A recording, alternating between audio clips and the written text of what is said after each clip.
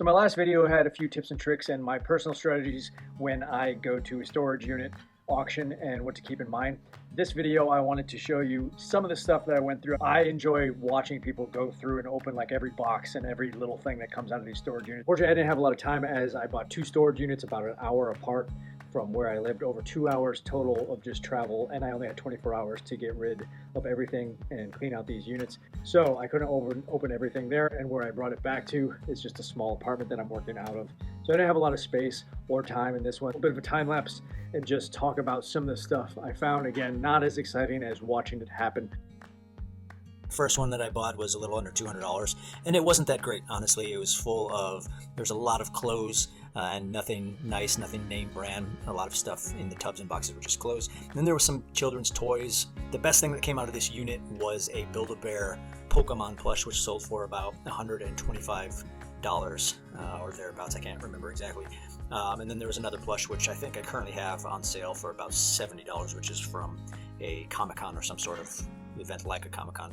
And then there was a Kobe Bryant card, uncut version of, I think it was like Collector's Choice, and it was like a specialty collector's thing from like a cereal box or something like that. All this stuff, all to be said, that there was enough to about cover the cost of the first unit. However, the second unit, the reason that I purchased it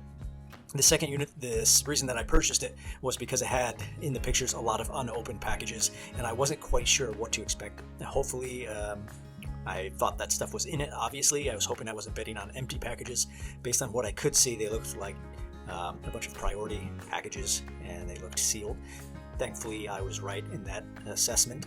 And I'm going to go through some of the stuff, and a lot of it ended up being high-end Coach bags and Dooney and Bourke, which I had never heard of prior to this, but they were actually more expensive or just about the same as a lot of the Coach. How it got here, I'm not sure, as most of the addresses on all the packages that weren't open were for Flagstaff, Arizona, and I was in Los Angeles. So I'm not sure exactly how this is stolen mail, is what I thought up front.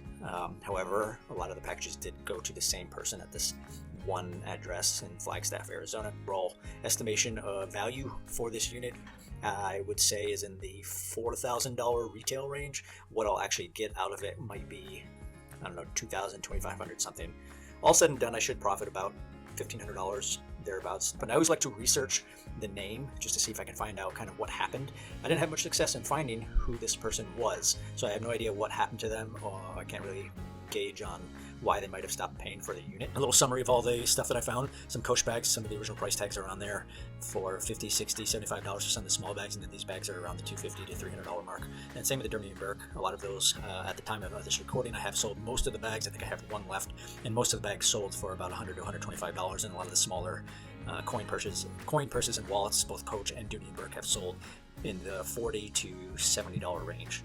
So most of the stuff is already gone. I haven't tabulated everything that I got, but again, I think I'll be pretty accurate in my assessment of making about $1,500, give or take, on this one. So great storage finds, and this doesn't happen all the time, but it's my favorite way to treasure hunt. So I hope if you ever are interested, my last video has a few tips and tricks and stuff that I personally look out for. I'm not an expert, but hope to see you out in the wilds.